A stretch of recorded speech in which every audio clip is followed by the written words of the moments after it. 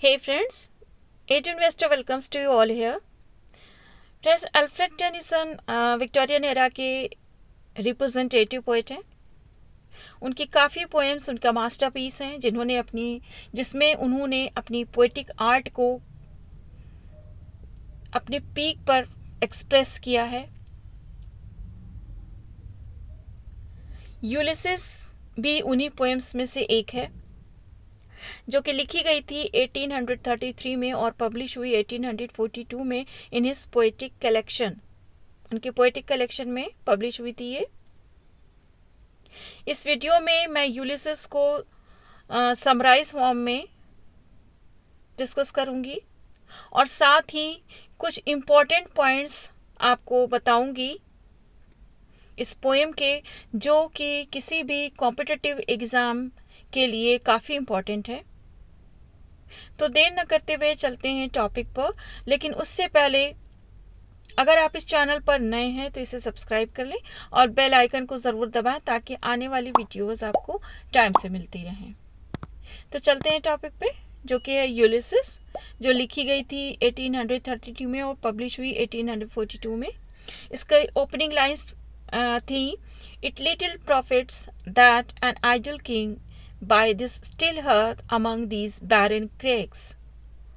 Matched with an aged wife, I met and dole unequal laws unto the savage race, that hold and sleep and feed and not know me.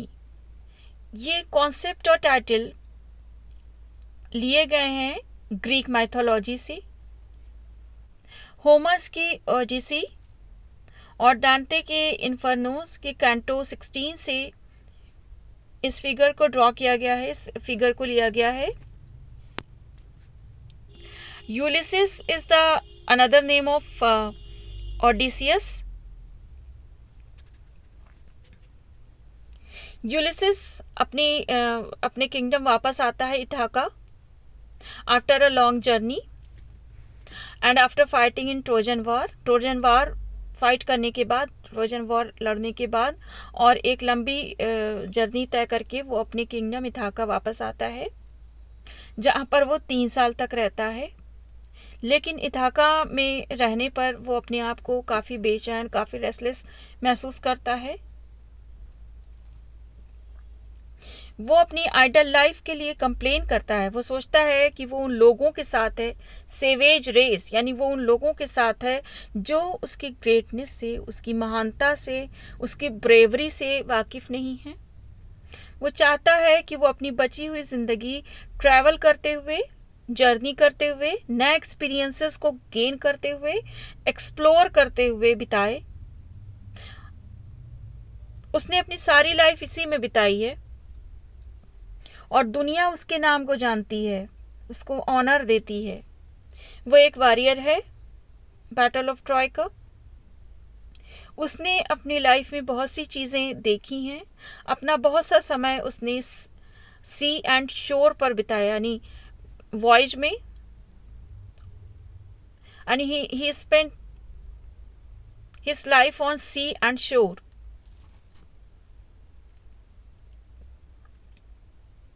और अब वो खाली बैठकर अपनी life को ख़त्म नहीं करना चाहता, बल्कि और नॉलेज और एक्सपीरियंस हासिल करना चाहता है, गेन करना चाहता है। उसका बेटा टेलीमैकस उसका ऑपोजिट है।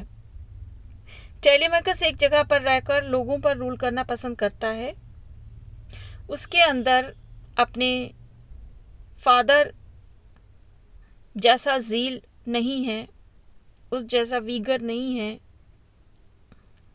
यूलिसिस ऐसा सोचता है कि टेलीमैकस एक अच्छा किंग बनेगा, इसलिए वो अपना थ्रोन टेलीमैकस को दे देता है, उसके सुपर्द कर देता है।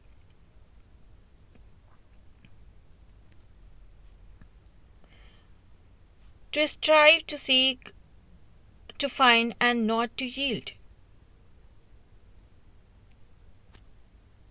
यानी वो अभी और भी एक्सप्लोर करना चाहता है, वर्ल्ड को एक्सप्लोर करना चाहता है, चीज़ों को एक्सप्लोर करना चाहता है, और भी एक्सपीरियंस लेना चाहता है, और नॉलेज गेन करना चाहता है, और झुकना नहीं चाहता। कुछ इंपॉर्टेंट पॉइंट्स हैं इस पोएम के that are given here. The poem is a dramatic monologue and the entire poem is spoken by a single character. इस पोएम में ब्लैंक वर्स यानी अनराइम्ड आयम्बिक पेंटामीटर को यूज किया गया है। पोएम के 2 सेक्शन हैं। पहले सेक्शन में यूलिसिस जो है वो खुद से बात कर रहा है, अपने बारे में बता रहा है, और दूसरे सेक्शन में वो अपने लोगों को एड्रेस कर रहा है जिनके साथ वो सी वॉयज पे जा रहा है। ये 70 लाइंस की पोएम है। Odysseus is the second name of Ulysses, is king of Ithaca. Telemachus Ulysses का बेटा है जिसे वो अपनी इथाका की, अपने थ्रोन की, अपने सिंहासन की रिस्पॉन्सिबिलिटी देकर चला जाता है। पेनेलोप जो है वो यूलिसिस की वाइफ है। पोएम में वर्ड आया है स्केप्टर, जिसका मतलब होता है a decorated stick that is carried by queen और किंग। एक डेकोरेटेड स्टिक है जो कि क्वीन या किंग अपने साथ रखते हैं। कहाँ पे? Some official ceremonies as a symbol of their authority, जो उनकी अथॉरिटी, उनकी पावर को प्रेजेंट करती है। हाडेस एक वर्ड आया है जिस it means a group of 7 stars responsible for rain and storm.